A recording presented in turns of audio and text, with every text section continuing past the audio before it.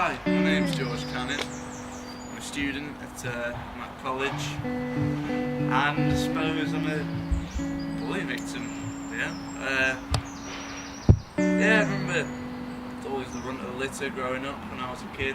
I used to get locked in a shed or stuff like that. Just harassed by everyone really. I remember when my dad married my stepmum, and my stepbrother was in primary school with me, and we got picked on quite a lot for that, because obviously when you're a child that's not really something you know about. It's genuinely, I don't know, was always the victim, always the person who was the expense of the joke, And then went to high school, and for most of the time didn't have many friends, and the friends I did have, which undermined me, I suppose. But eventually I just kind of stood up for myself and stopped things from bothering me and letting people bother me. And now I seem to have everyone's respect and no one's bullied me for a very long time, so I suppose my advice to anyone would be just stand up to yourself, as hard as it might be, even if you get hit for it. Stand up for yourself, because they respect you for it, even if they do punish you for it. I also think that the way that we treat a bully is a bit wrong. I think rather than just punishing a kid for doing something wrong, it isn't really going to solve anything. I think telling someone why it's wrong to do something will actually give them a reason to not do it, rather than just saying, stay behind 10 minutes after school. I don't think that solves anything.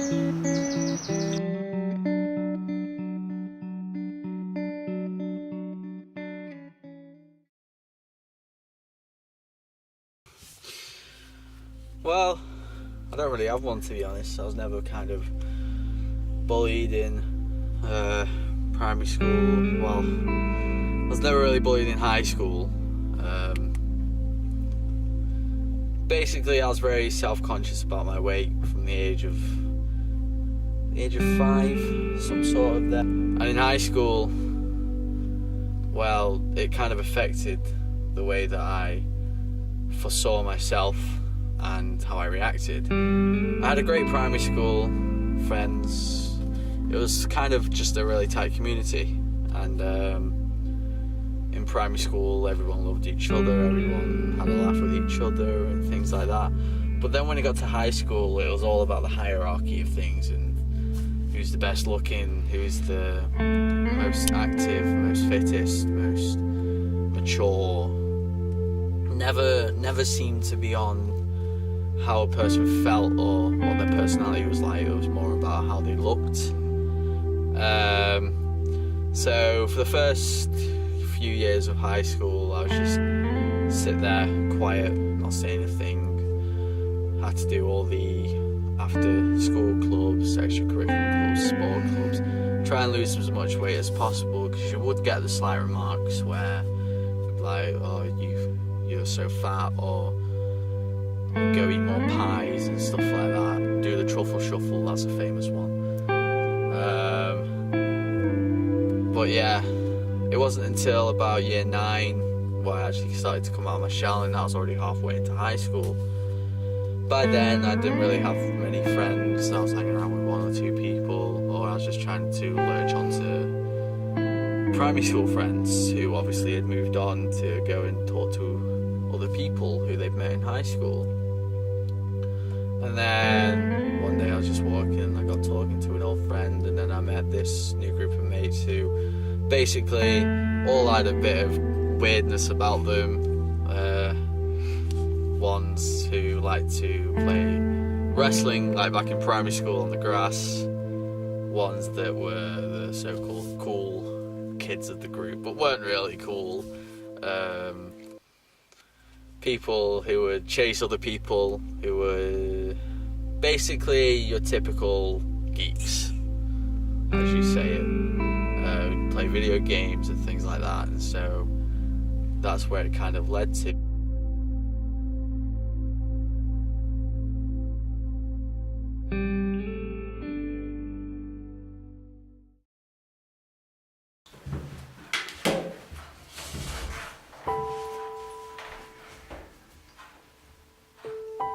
Well, you've heard everyone else's stories, and now I guess it's time to hear mine. I guess my story starts way back in year 7 when I first started high school. You see, in the early years of school, I was known as the weird kid, but I mainly brought that upon myself by going around pretending to be a squirrel and biting people. I don't know who'd asked me I was weird back then, I don't know why I did it, but that's what started it all off, I guess. But yeah, due to me doing those things, I was very quickly known as the weird kid, and I wasn't very liked. No one wanted to be near me, everyone dreaded having to be the one I'd have to sit next to me in class, and everyone just picked on me in general, I guess. And throughout those times, I didn't really have anyone there for me. However, there were a few people who were always nice to me throughout my high school years, and they were people like Hannah and Sam and Chris and George, and I appreciate it a hell of a ton, because without them I probably wouldn't be where I am now. But yeah, because of how I was pushed out from quite a lot of social activities and groups, and I mainly had to rely on my older brother and his friends to hang out with at lunchtime, because I didn't really have anyone else. And because of that, I didn't really spend time connecting with other people my own age. So by the time my brother got old enough and left high school, I didn't really have anyone. So everyone already had their cliques and their groups. I was sort of like a lone person going around from person to person. I had a few random people I would hang out with, but by the end of the day, I would always be picked on as the butt of the jokes from the other people that they were in a group with, so I didn't really stay with them for long. My early years of high school were very lonely. However, there was one person who has been with me through it all, and I met this guy when I was 4 years old, and he's been with me for 14 years now, and his name is George, and he's a crazy guy, I love him, but yeah, and we've always shared that strange bond. By the time of year 9, George and myself decided to create our own group, a group which was full of the outcasts, the weird people, the lone people, and those who just weren't fit in. And now we have a tight and happy large group of people that we know can rely on each other, and it keeps on going by the day. And the thing is, we're no longer the weird kids or the outcasts or the lonely people. We're just now we're just another average group of normal teenagers just going out and having fun. To be honest with you, I am very glad that all of that happened. As a weird kid, I got pushed away, because at the end of the day, because of those actions, I was only able to find a group I'm with now, and I could not ask for a better group of friends. We can rely on each other, we support each other, and we make each other laugh. And well, we have a sesh together, and most importantly, we're happy with our group, we're happy with who we are. We know that we can be ourselves and expand on who we want to be with each other. There's no fear of being judged or pushed out from each other. And I guess that's all important when looking back at these stories.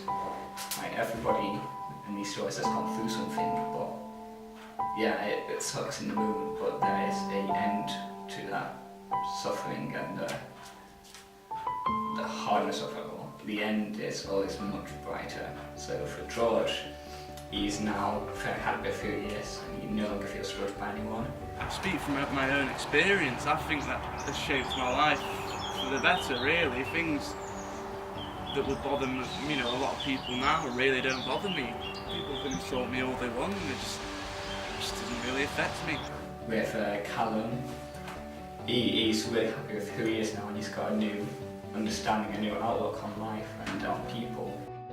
Kind of realised that maybe it's not all about looks and maybe it is about personality. It's the way you connect with people and talk to people that makes you become more attractive and better as a person and better friends in some senses. People are so keen on looking buff or slim or well figured, whereas you should just feel comfortable the way you look and in your own body rather than what someone looks like on a piece of paper. So yeah, that's my story. And for me, I've now got the best group of people I could ever ask for in my life, and I don't think any of us would have any different. The main reason that I created this video was because I wanted to show anybody who's going through anything harsh, anything bad, anything that they feel they're on the run with, that there is an end to it. There's always something better coming for them in the future.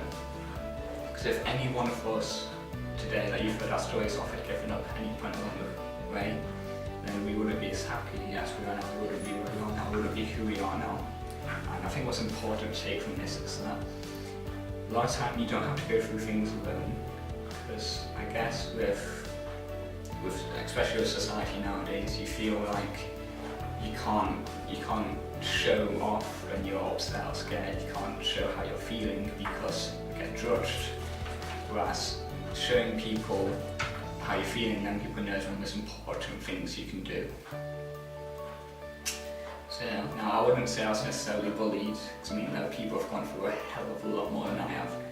But the reason why I was sharing my small story to you was because I want to show that every story matters.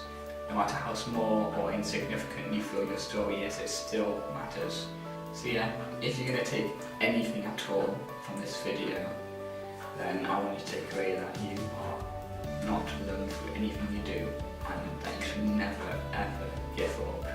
Because if you give up and you're letting whoever it is that's doing these bad things to you win, you need to get strong, you need to get through it, you need to just be yourself. At the end of the day, you need to do what you can to be happy, because that's all that matters in life.